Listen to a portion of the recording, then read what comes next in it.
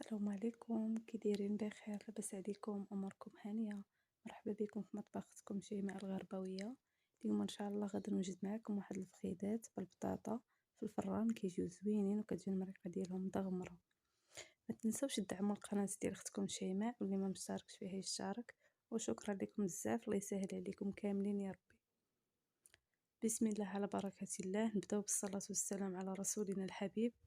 عندي هنا فخيدات اللي كنكون غسلتهم مزيان بالماء والخل، وكنغسلهم مزيان صافي، وكناخذهم وتنقطعهم بهذا الشكل هذا باش كيدخل لينا فيهم الطياب وكتدخل لينا فيهم حتى ديك التشرموله اللي غادي نوجدو. كنقطعهم كاملين بنفس الطريقه باش الفخيدات ديالنا كيدخل معاهم الطياب في الفران. بالنسبه للتشرموله انا عندي الحامض هكا مسير، هو اللي غادا ناخذ الحامض، ناخذ الماء ديالو، حيت الماء ديالو كيكون مالح، ما غاداش كاع نحتاج الملح. غادا نضيف منه 2 د العواشق. الا ما كانش عندكم الحامض مسير تقدروا تاخذوا غير نص حامضه وتعصروه وتضيفوا الملحه ديالكم عادي، مليحه اللي غادا تقد لكم داك الفخيدات. صافي انا غادا نكتفي غير بالماء ديال الحامض حيت كيكون مالح بزاف. صافي وغادا نضيف عليه 2 فصوص ديال الثومه.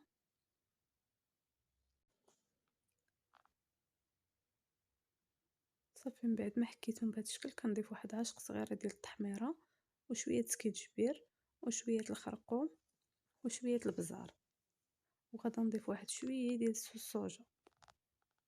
بهذا الشكل كيف كيبان لكم انني ما استعملتش كاع الملح، حيت عندي داك الماء الحامض مالح، وداك الماء الحامض فاش كنشرملو به الفخيدات ديال الدجاج كيدخل معاهم الطياب وكيجيو فتيين وزوينين بزاف. صافي كنضيف واحد عاشق هكا ديال القزبر ومعدنوس. صافي اختي غادا نحيد العاشق ونخدم بيدي باش ديك التشرموله نتحكم فيها مزيان. كنهز الفخيدات ديالي وكنبدا نلبسهم بديك التشرموله مزيان وندخلها في داك الشريطات هكا اللي درنا باش يجيو متلبسين لينا ويجيو بنان حتى من الداخل، ما يجيوش لينا بيضين هكا من الداخل ومن برا فيهم العطريه. كندخلهم هكا مزيان.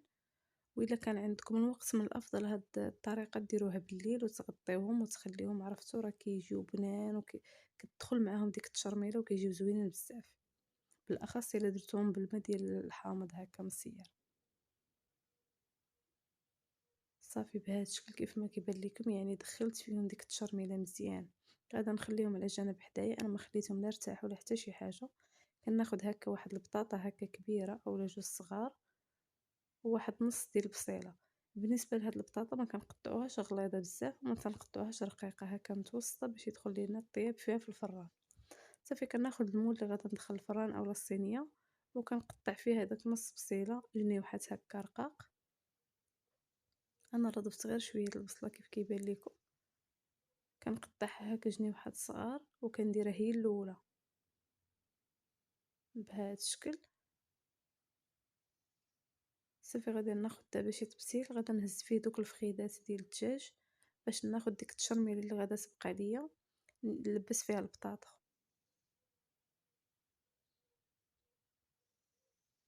فاش كنديرو البطاطا ديالنا هكا بديك العطريه اللي بقات، يعني كتجي كلها مشرمله وكتجي زوينه بلا ما كتبقى لينا العطريه في جهه او في جهه لا. كنحاول نلبسها مزيان بديك شويه العطريه اللي بقات ليا. صافي وغادا نستفها كامله في اللاطه.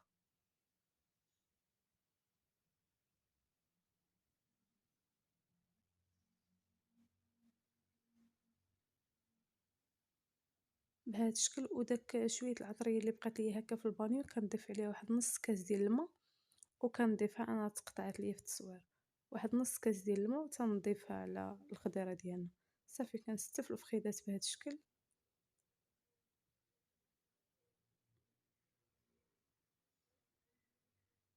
وكنضيف واحد خويد ديال الزيت كيف كيبان لكم حيت ما ضفناش في الاول، واحد خويد ديال الزيت.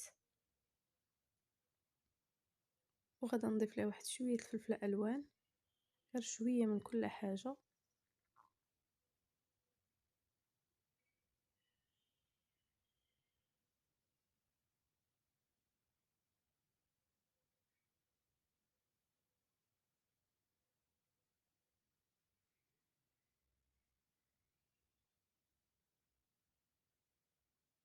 واحد مزيودة د الفلفلة الحارة حتى هي غدا نضيفها بهاد الشكل.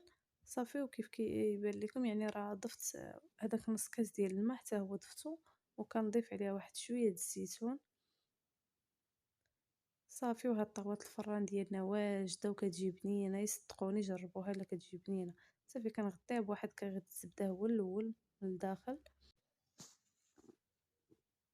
بهاد الشكل. كنحاول نغطيها مزيان وعاد كنغطيها ببابي ألومنيوم وكندخلوها الفران اللي كيكون سخون، وكنخليوها طيب على خاطرها العافية اللي كتكون متوسطة حتى كطيب لينا وكتعلك لينا ديك المريقة بهاد الشكل. من بعد ما طابت ليا شوفوا المريقة ديالها كيفاش كتجي، راه كتجي واحد المريقة اللي مدغمرة وكيجي زوين، وتا الفخيدات كيجي داخلهم الطياب وكيجيو مشرملين. وبالصحة والراحة وشكرا لكم بزاف.